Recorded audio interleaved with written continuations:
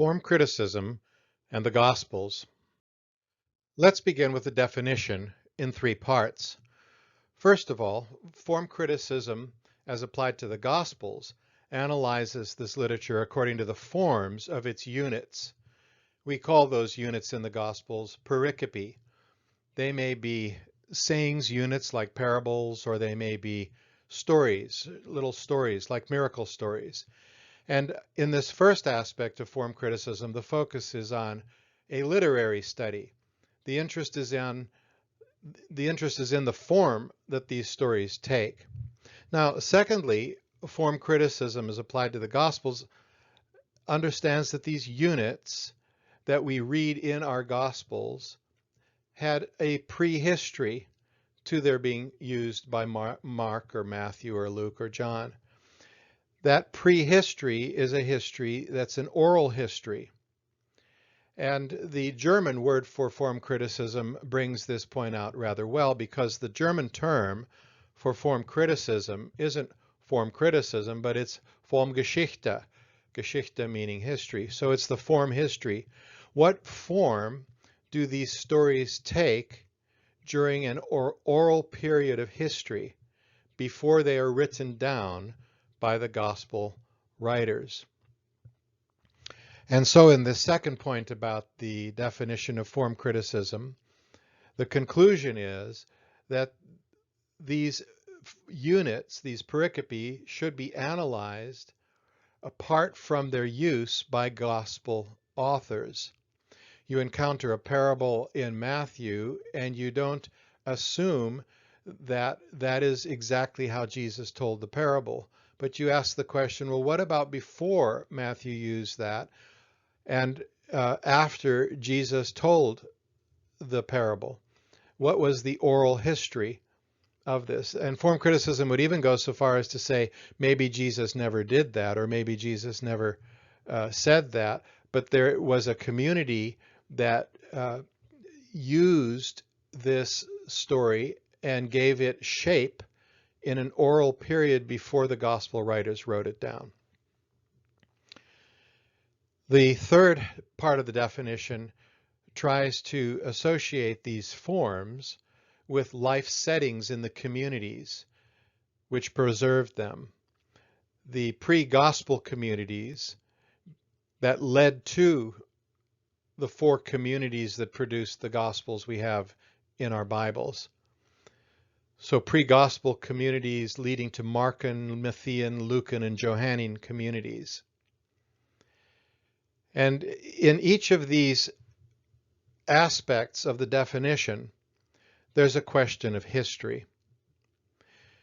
A literary analysis is fine in itself, but one always has to ask, what about history?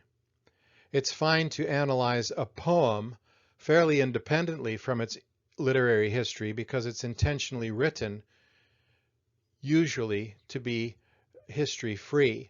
It's written in a way that can speak to the hearts of different people in different circumstances at different times, different cultures, and so on. So a more literary emphasis tends to take the focus away from history. But what if the Gospels themselves are histories, and these independent units have, yes, a literary shape to them, but are used by historians? And so the question of literary and historical study comes up in form criticism. Secondly, in terms of the oral history, again, we have the question of the oral history of what people are saying and the actual history. What is the relationship between what Jesus actually said and did and what the communities reported in this oral period? And then related to that, thirdly, as those communities came to write down the stories and the sayings of Jesus in the four Gospels. So the question of historicity comes up if one starts to pit one against the other. not only the literary versus the historical as in point one, but the oral versus the historical. And then thirdly, the purpose for which the communities would use those stories and the actual story itself. Just one example before we get more into this. The miracle stories were often thought to be stories that did not tell the actual history of a story that took place in Jesus' life. It was understood not to be historical because the people developing this approach didn't believe in miracles.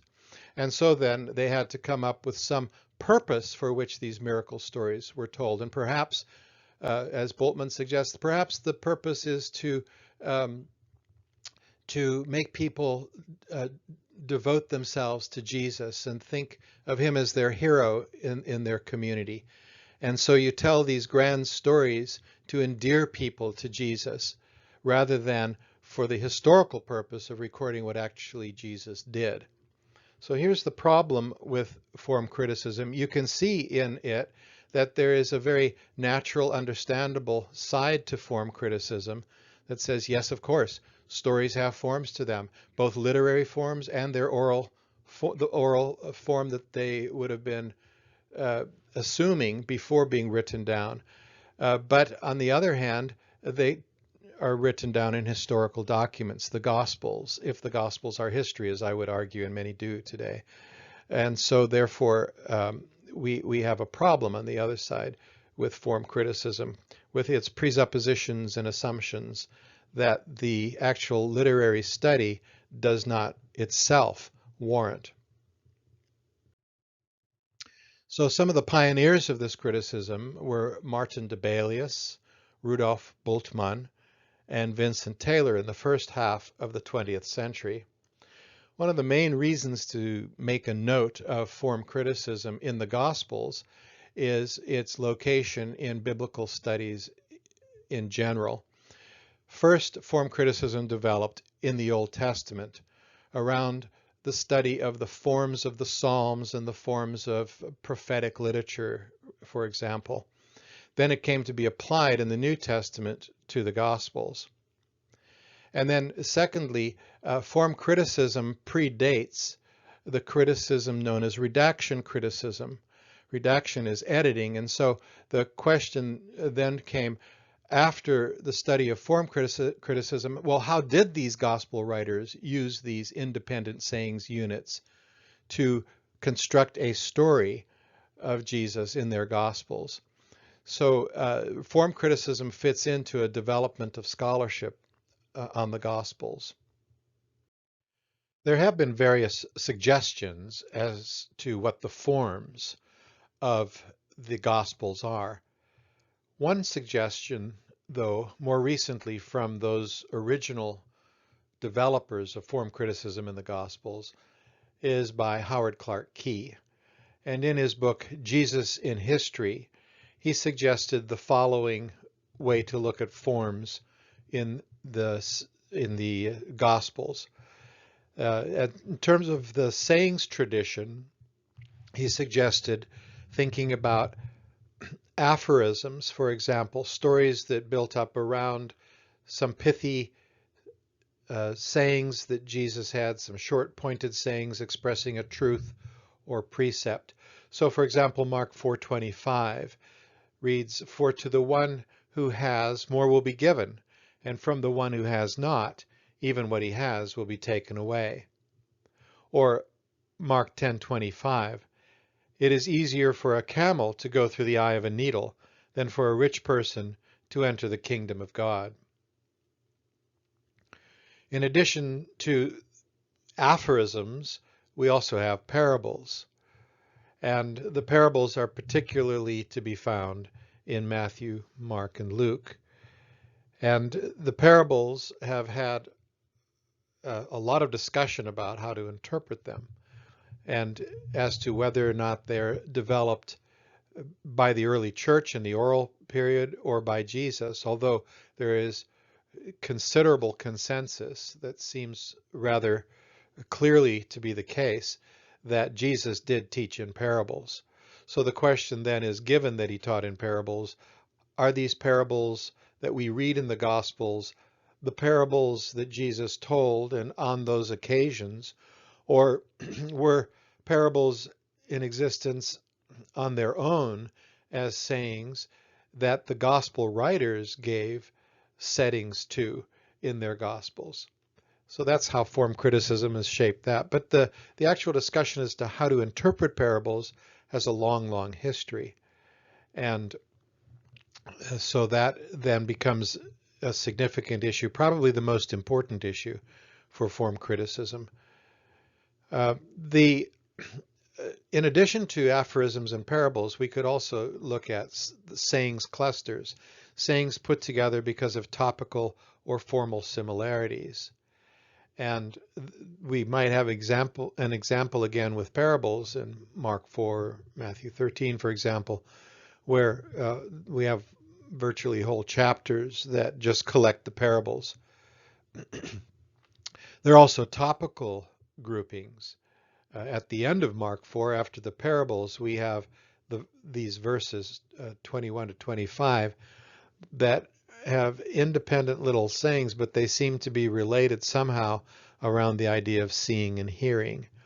Or in Matthew 5, 17 to 20, some independent sayings about Jesus' view on the law.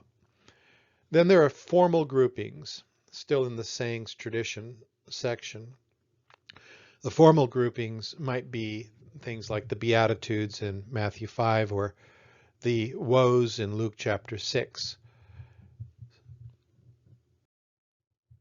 Now, in addition to a sayings tradition, Howard Clark Key suggested we also can look at specific forms in a narrative tradition. And so we begin with anecdotes, brief, usually biographical narratives, revealing some unusual characteristic about the person. Anecdote about a person. Then aphoristic narratives. Note we had aphoristic sayings, so here we have the narrative side. Brief narratives ending with a proverbial or pithy saying, an aphorism. That is a brief account which frames an aphorism of Jesus. So those would go with the aphorisms in the sayings tradition as well. Then you have what he calls wonder stories, often longer. They show an interest in the stories themselves and an interest in showing Jesus' extraordinary powers. Now we have a number of passages like this, and one of them might be the story that is developed considerably in Mark's Gospel of Jesus and the disciples in the boat during the storm. And then there are legends, narratives implying a supernatural aura around the central person. They're either biographical, serving to amplify, illuminate, or enrich Jesus' Christological significance. And he gives as examples the birth legends in Matthew and Luke, or the story of the Transfiguration in all three of the Synoptic Gospels, Mark 9, 2 to 8, for example. Or these legends might be cultic, giving background and authorization for the place of Jesus in the church's worship life. For example, the story of Jesus' baptism in Mark 1, or the Lord's Supper in Mark 14. And then we have the Passion narratives. These longer sections, chapters, at the end of Mark, Matthew, and Luke, which relate to Jesus coming into Jerusalem, suffering, dying, and then also the subsequent stories of the resurrection. So we've already looked at some criticism of form criticism itself. What might be some values to form criticism? Form criticism causes us to look at the pericope of the Gospels separately and in terms of their formal characteristics. So we might, by looking at the miracle stories, ask the question, how does one tell a miracle story? In the oral tradition as well as in the tradition of the Gospels. when the authors write them down. And the same thing about parables. How does one tell a parable? What constitutes a parable? And then also another suggested value for form criticism is that form criticism points out that stories and sayings were preserved for their usefulness and not just antiquarian interests. To build up a hero, to teach, to exhort, to record history, and so forth. What's the purpose of telling the story? We might think of preaching along these lines. One might use a story in preaching, but the story is put there in the larger context of the sermon itself, the purpose of the sermon. So the early church would be telling these stories or telling these sayings of Jesus for a purpose, and the purpose would serve various needs in the church. Thirdly, it's been suggested that form criticism has an historical benefit, the historical benefit of looking behind the text to the earlier periods of the church. Now, while this has been used negatively in form criticism and often in highly critical scholarship of the Gospels, you could see a positive value to this if you ask the question, how did these stories get preserved, and did that preserve the historicity of these stories in the early church? So, for example, if we say, as most people do, that Mark's Gospel was written sometime in the 60s, we're looking at maybe 35 years after Jesus' death and resurrection that these stories are written down. And then one might ask, how does a story get preserved and its integrity kept?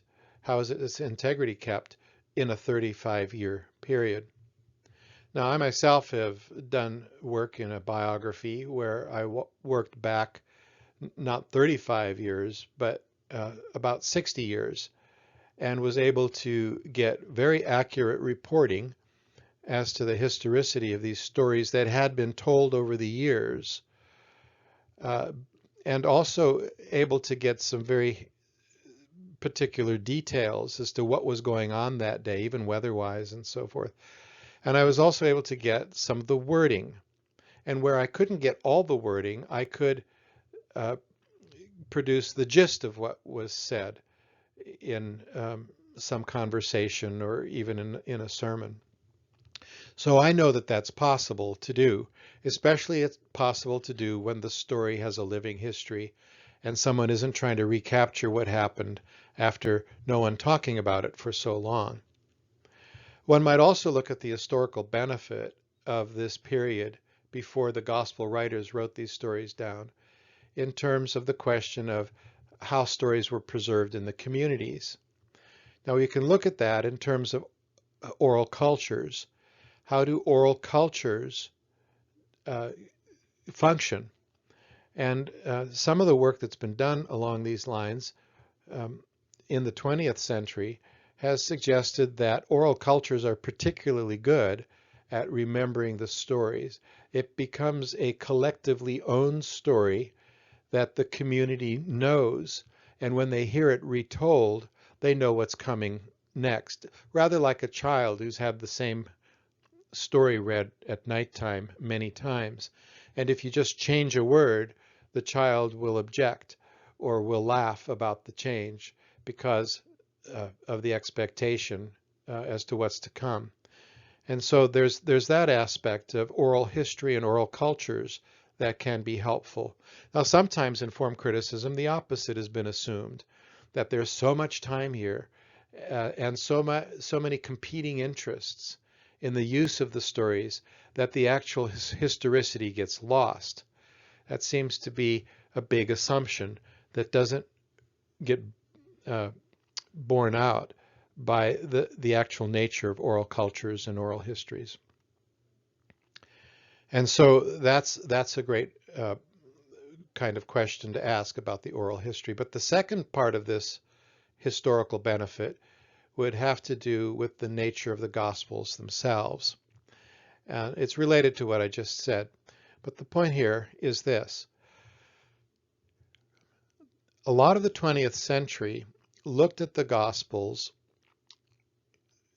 as written down for particular communities: the Matthean community, the Markan community, the Lucan community, the Johannine community.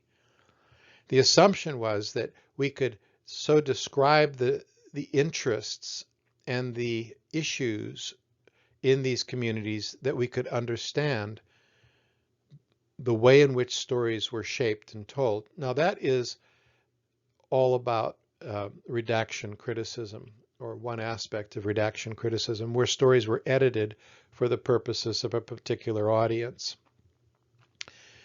The issue just discussed about oral history suggests that maybe the gospel writers did not have that much freedom for editing.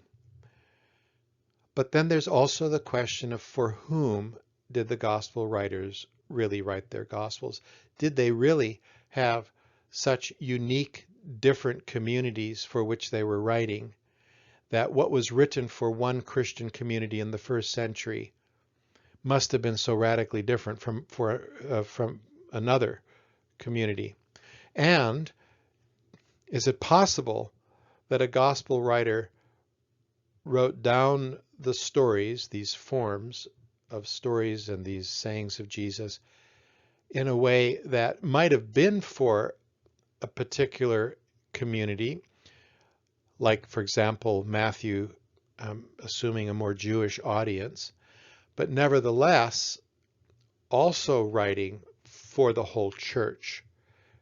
The idea here is that once a gospel was produced, it had a wider readership than just the original group out of which an author might have come. And also, if a gospel writer, like a Matthew or a Luke, has greater exposure to the wider church, not just a particular region, geographical region, or audience, the Jewish or Gentile church, then it seems that it's rather difficult to make huge distinctions about one community versus another.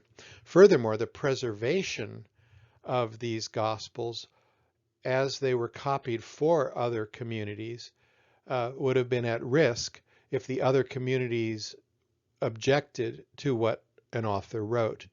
If some Christian community in Corinth read something that was written for the Christian community in Syria and said, this doesn't sound like what we were taught, then that gospel would not have continued to be useful in the church and become part of the canon. So there's a lot of discussion around historicity that arises from this discussion of form criticism, and as we move on into redaction criticism. The point I would want to make then is that the issue of orality and communities for which the stories were written down is an important issue. They raise important issues for us to consider in gospel scholarship, but I don't think that they're ones that should threaten our faith, especially given what has been suggested here. The fourth value of form criticism that's been suggested is that knowing a pericope's form may help in interpretation. And the Psalter has certainly helped to be looked at in terms of forms. If you look at certain psalms, like a Thanksgiving psalm, or if you look at psalms in terms of whether they're individual or corporate psalms, or especially the most common type of psalm, the lament, both personal and corporate, these laments have a certain formal shaping to them. You can expect certain elements, and sometimes all of those elements are present in the form of the Psalms. Now, it is true that the miracle stories do take certain types of forms in terms of how you tell a story, or the parables seem to have certain things that can be said about them and how they work that help in interpretation. One helpful suggestion, just to give an example, for parables is to ask whether there are 1, 2, or 3 points, depending on 1, 2, or 3 characters in the parable. This has been suggested by Craig Blomberg. There's much more to his argument about how to interpret the parables, but some parables, like for example, let's take the parable in Luke chapter 15 of the prodigal son, as it's often called. We might have called it the parable of the two sons, because what is taught not only about the prodigal son, but the son who was faithful, but nevertheless resentful of the prodigal. But that parable itself actually has 3 characters in it: the father, the prodigal, and the faithful son. All 3 are there. And so we learn something in that parable about the father and his love for the prodigal. That's probably the main point of this parable. We also learn something about the prodigal, and we learn something about the son who has stayed faithful but is upset about the return of the prodigal. And that would be the prodigal would represent the tax collectors and sinners. The faithful son would represent the scribes and Pharisees in Jesus' ministry. So we learn something around each of those characters that would be points to the parable. Now, that's one interpretation of parables that I've suggested, the interpretation of Craig Blomberg. But the discussion of how to interpret parables in relationship to their forms is this final point here in the value of form criticism. We've already looked at some limitations to form criticism. Here's just to talk about this a bit more in this final slide in this short lecture. Form criticism overemphasizes the lack of outline in Jesus' ministry in the Gospels. By focusing on the forms and not the relationship of these stories in a particular Gospel, it simply didn't look at the Gospels in terms of the developing point that a Gospel writer was making. It was blind to the whole final canonical product of, say, for example, Matthew's Gospel. Redaction criticism would respond to that in the 1950s and start to look at the authors of the Gospels as editors of the material that they had and the shaping of that material into a particular whole narrative. Narrative criticism itself came around later in the 1970s and 80s, and a greater focus on how the Gospels function as narratives, as the telling of a story, the story of Jesus, continued to focus on a holistic reading. So form criticism stands quite apart from that. Now, from the beginning in the 20th century, the focus was, in scholarship in general, was on how the Gospels weren't historical. Rudolf Bultmann notoriously said that we really can know virtually nothing about Jesus and what he said. What we get, rather, is what the church tells us. So he drew this huge distinction between the early church and what it did with the story of Jesus and what actually happened in Jesus' ministry. Form criticism then has had a negative view of historicity, although it doesn't have to. The way in which I presented form criticism through Howard Clark Key was just to focus on how we have these different literary forms in the Gospels. But when it was developed, the assumption was made that we can say something about what would produce these stories and what would keep them alive and the function for the purposes of a community, and that worked against historicity.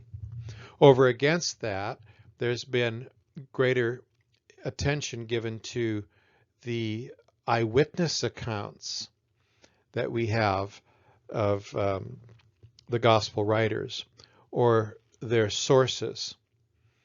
So, for example, if Mark wrote his gospel based on stories that the Apostle Peter told, as the tradition about the origin of Mark's gospel is, then we're talking about eyewitness testimony. And some considerable work has been done by Richard Bauckham on this eyewitness testimony of the gospel authors. That works against the assumptions in form criticism. So form criticism just ignores the historical interests of the early church. There have been various suggestions against that over time. Robert Gundry at one point claimed that Jesus' disciples took notes on his teaching. We can't show that to be true. We can't show it to be false. I. Howard Marshall pointed out that in Luke's writings, he has both an historical and a theological interest. And he suggested that the theological interest in Luke required the interest in historicity rather than allowed the manufacturing of stories for purposes of a community. Also, the historicity of pericope is sometimes just precluded by these form critics. Bultmann, for example, identified as one of the forms the form of myth. Now, myth is a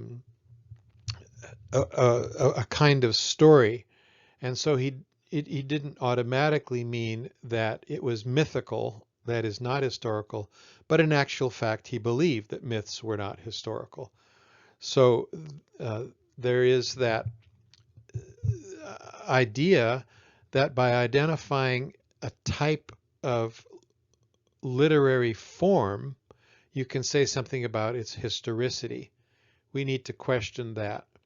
The link between what's claimed about a literary form and whether or not something is historical is highly questionable. An example would be that to say that a miracle story functions to aggrandize a hero's character in a story, Jesus' character, for example, or in the book of Acts, Peter's or Paul's character, by telling a miracle about them, precludes the claim in these writings that these stories actually happened. It's not a literary form that shows that they're not historically true, but it's the assumptions of an interpreter like a Bultmann that makes the claim that these things aren't true. And then the supposed laws governing the development of the tradition that form critics tried to come up with are questionable. The postulated life settings that would give rise to forms and keep them alive in the community are highly debatable. Again, why would one tell miracle stories? Well, the suggestion was that the focus was on creating respect or devotion to the hero, to Jesus, rather than saying, no, we wanted to tell this story because it was an amazing thing that happened. And we are eyewitness testimony to the fact that this happened, which is the claim of the Gospels. So the early critics imagined the settings in which these forms developed without actually investigating the socio-cultural settings of the pericope in Jesus' life. And later in the 20th century, the study of Jesus, the historical Jesus, gave more attention to reading Jesus in his social historical setting, particularly in his Jewish context. And so there has been development in scholarship that has answered some of these limitations that have been noted here. The main purpose I would have in talking about form criticism, though, would lead to the next phase in the history of scholarship in the 20th century, and that is to go to redaction criticism. And so it's a stepping stone toward a more important development. the development of redaction criticism, which also has its pluses and its minuses.